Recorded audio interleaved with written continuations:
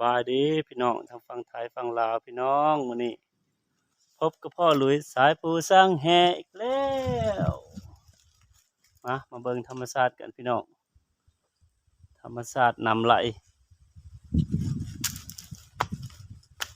ฝากกดไลค์กดแชร์กดติดตามด้วยพี่น้องก่อนอื่นกันนี่ธรรมชาติป๊าดจะงามอีกแล้วพี่น้องสวยสดงดงามอีกแล้วเยอะป๊าด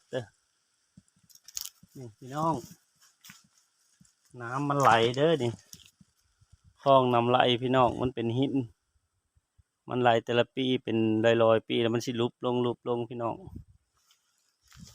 เบิ่งกัน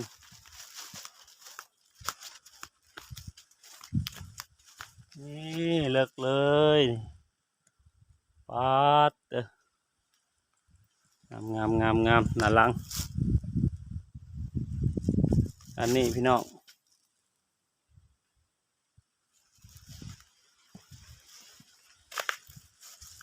โอเค